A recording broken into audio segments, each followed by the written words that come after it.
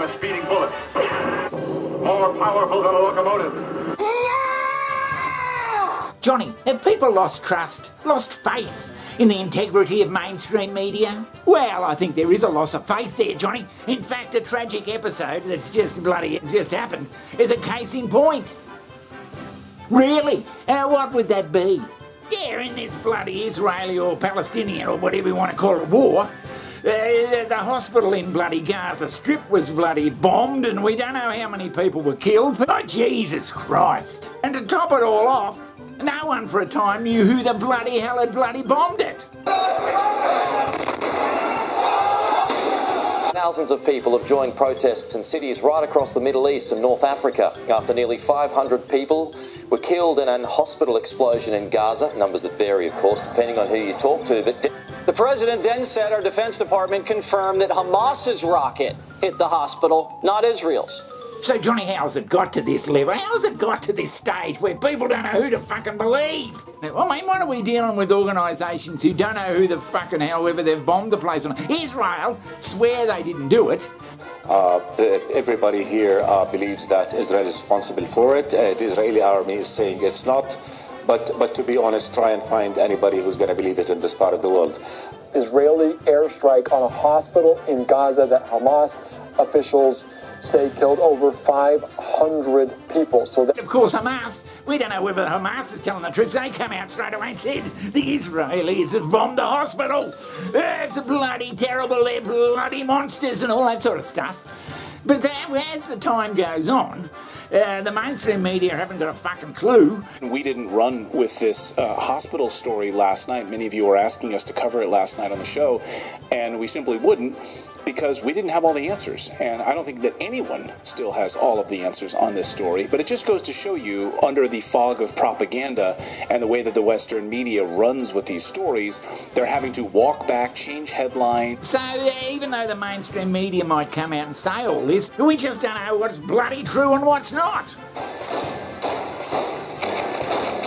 Needed Ukraine is because of his evil. It's about that Putin wants to rebuild Soviet empire of evil, like President Reagan told. It's about Putin being sick. I don't know how you negotiate peace with a madman, but nobody negotiated with Hitler. People are comparing him to Hitler. Remember Hitler? He's a Hitler. We're back when the Nazis invaded Poland. This is exactly the same what Hitler was doing to Jews. This is the same. Putin will not stop. Putin is reminiscent of Hitler. This reminds me of Hitler. He's the new Hitler. Who Hitler? This is about a butcher trying to kill people everywhere in the world, just not Ukraine, Syria, all over the place. I hear you. Senator Lindsey Graham, always great to talk to you. Thanks so much. Thank you. It is great. All right, straight ahead.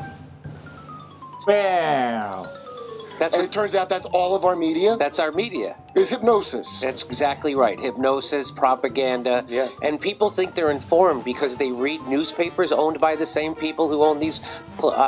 I swear to God, I'll never forget, I'm talking about Ukraine with 3 comics from Boston.